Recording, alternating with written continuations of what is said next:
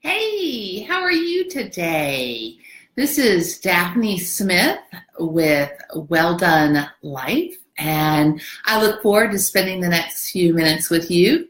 Hope that I am adding value to your day and just giving you some encouragement. As you know, I always like to start with a little bit of gratitude and a shout out. Today, I want to give a shout out to somebody who honestly may never ever become aware of this. I'm not even going to pretend that this person is going to have a clue, and that's okay because I am mentioning this person strictly out of gratitude because I'm very thankful for the way that they pour into my life, and they don't even know it. So my shout out today is to Joyce Meyer with Joyce Meyer Ministries. And some of you may know who she is. Some of you may have no clue who she is. What Joyce does, Joyce is a minister, if you will. She has an online ministry. She's also got a tangible ministry. So they help, they do so much. They have orphanages, in foreign countries. They help locally in the state of Missouri. But Joyce is someone who believes that we grow from substance, if you will, say meat and vegetables as opposed to cupcakes and cotton candy. So when Joyce shares her teachings, there's always substance there. And I got to tell you, Joyce's rate is about 90%. So what I've started doing is this, and this may be a little tip for you. This little arm I've got going on, the grand dog wants to be outside and he can't be right now. Side note. But when I've started getting ready in the morning, I pull up one of Joyce's YouTube videos. She has got a ton of teachings out there on all different kinds of subjects. And I would say 90% of the time, what I need to hear is the YouTube video I happen to land on. I've subscribed to her channel, and so every time she uploads a video, I'm made aware of it. I just click, and more times than not, what I need is what she is sharing. And you might say it's Joyce, you might say it's God through Joyce. Either way, I just want to give a shout out to Joyce Meyer, and I want to thank her for pouring into my life and for the courage that she has had, because she is an overcomer.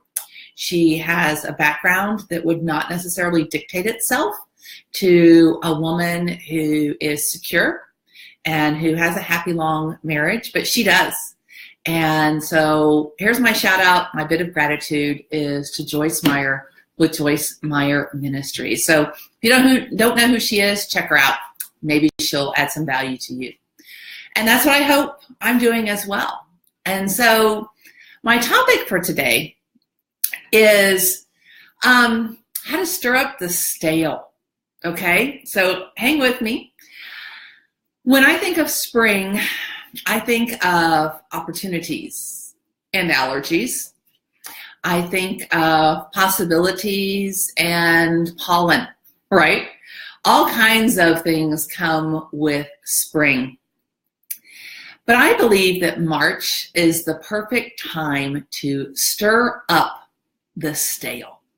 You know, we're coming off the winter months when things are dreary and often gray, and in comes spring. What is that expression? It comes in like a lion and goes out like a lamb. And depending upon where you live, that could be the case more so than in others. But when I think of spring, I think of green. And for those of you allergy sufferers, take your Zyrtec first. But when you think of green, do you think of like algae on a pond? A pond that hasn't had a lot of motion and that kind of green film. I think that's algae. Do you think maybe of the mold on some bread when you think of green? And if you do, hopefully you're feeding that to the ducks, unless it's not good for the ducks. and if you're watching this and I've offended you as a duck person, I apologize. I don't know any better. Let me know. Type it in the comments. If moldy bread is not good for ducks, let me know. We'll stop giving it to them. But we give them good bread too sometimes. Anyway, so when it comes to stirring up the stale, I believe that there's one key factor, one key thing that we can do to stir up the stale, to break up that algae, if you will, to bring about the growth and the freshness and the newness. That's what I think of when I think of March and when I think of green. I think of abundance and I think of opportunity. And so I have found that in my life, be it an attitude, be it a routine, be it a goal, that after a certain amount of time, they get kind of stale. Maybe sometimes even my attitude gets kind of stale. Things just become a little routine and maybe a little boring, or maybe it's something so far off that I've just lost my enthusiasm for it, and so that's how it becomes stale. What I have realized is that the best way for me to shake off the stale is simply to take action. Yeah, that's it. Take action. Now, I use the word simply.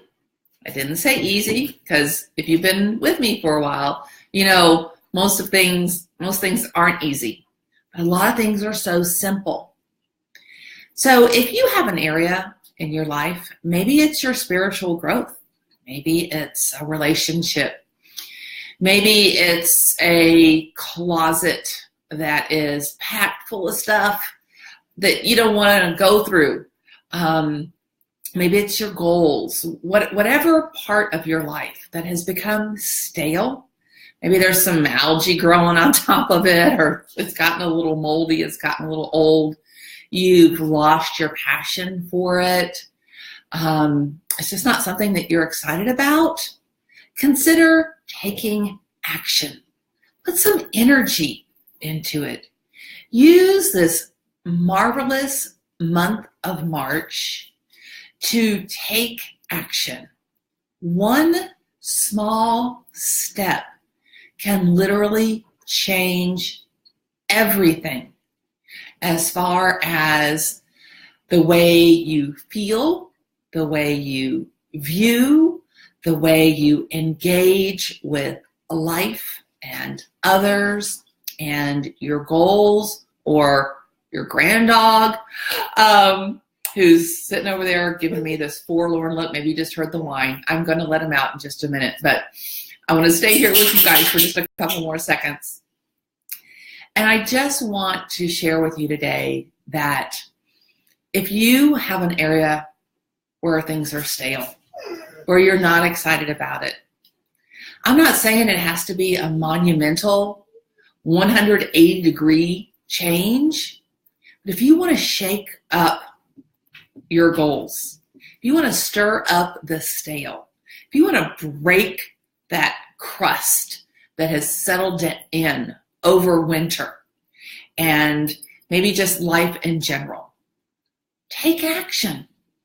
Take one step to change the complexion, to add a new component, to give yourself permission perhaps to let it go. And right then and there, you're going to experience a shift. And when you have a shift, you're definitely going to stir up the stale. So I hope that's given you some encouragement today. I really appreciate it when you take time out to join me live. And for those who watch a replay of this, thank you for joining me. I hope that I've given you a tidbit that maybe you can share with a friend. Maybe you've got a friend who, not that your friend is stale, but something in their life is stale, and you know it's stale because they keep talking to you about it again and again and again, like ad nauseum, and you're really tired of hearing them, just say, hey, I saw this video about stale. I don't know. What do you think? And most people are more than happy to give their opinion. So let them know about this video. Have them subscribe maybe to my YouTube channel, Well Done Life, Daphne V. Smith. And I'll talk to them about it.